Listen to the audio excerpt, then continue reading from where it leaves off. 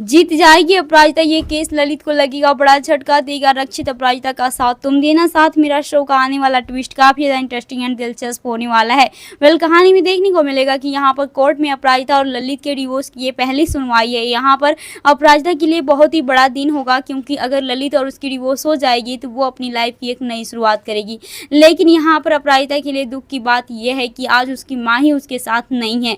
यहाँ पर अपराजिता कोर्ट के लिए निकलती है, उससे पहले वो अपने पापा का आशीर्वाद लेती है, लेकिन जैसे ही वो अपनी माँ का आशीर्वाद लेने की कोशिश करेगी, यहाँ पर मालती जी अपना पैर हटा लेंगी। यहाँ पर वो कहती हैं कि अपराजिता, मैं तुम्हें कभी भी ये आशीर्वाद नहीं दूंगी कि तू अपनी लाइफ में अकेली रहे, अपने पति से दूर रहे, क्योंकि उन्हें लगता है कि ललित बुरा इंसान नहीं है। तभी यहाँ पर ललित आता है और मालती जी उसे आशीर्वाद देती हैं कि वो ये केस जीत जाए, जिसका अपराजिता को बहुत ही बड़ा झटका लगता है। और यहाँ पर हम देखेंगे कि मालती जी अपनी बेटी के तरफ से नहीं बल्कि ललित के साथ कोर्ट जाएंगी, क्योंकि यहाँ पर इस लड़ाई में वो अपनी बेटी के साथ नहीं बल्कि ललित के साथ है। यहाँ पर ललित ने उनकी आंखों के ऊपर ऐसी बुराई की पट्टी बांधी है कि उन्हें सच्चाई दिख नहीं रहा कि ललित का अपराजिता की जिंदगी में होना बहुत ही भारी नुकसान होगा। लेकिन यहाँ पर अपराजिता के पापा हमेशा उसके साथ हैं और रहेंगे भी। यहाँ पर कोई भी साथ दे या ना दे, रक्षित अगर अपराजिता के साथ है तो अपराजिता किसी भी मुश्किल को पार कर सकती है, हर एक हार को जीत में बदल सकती है। और यहाँ पर अपराजिता के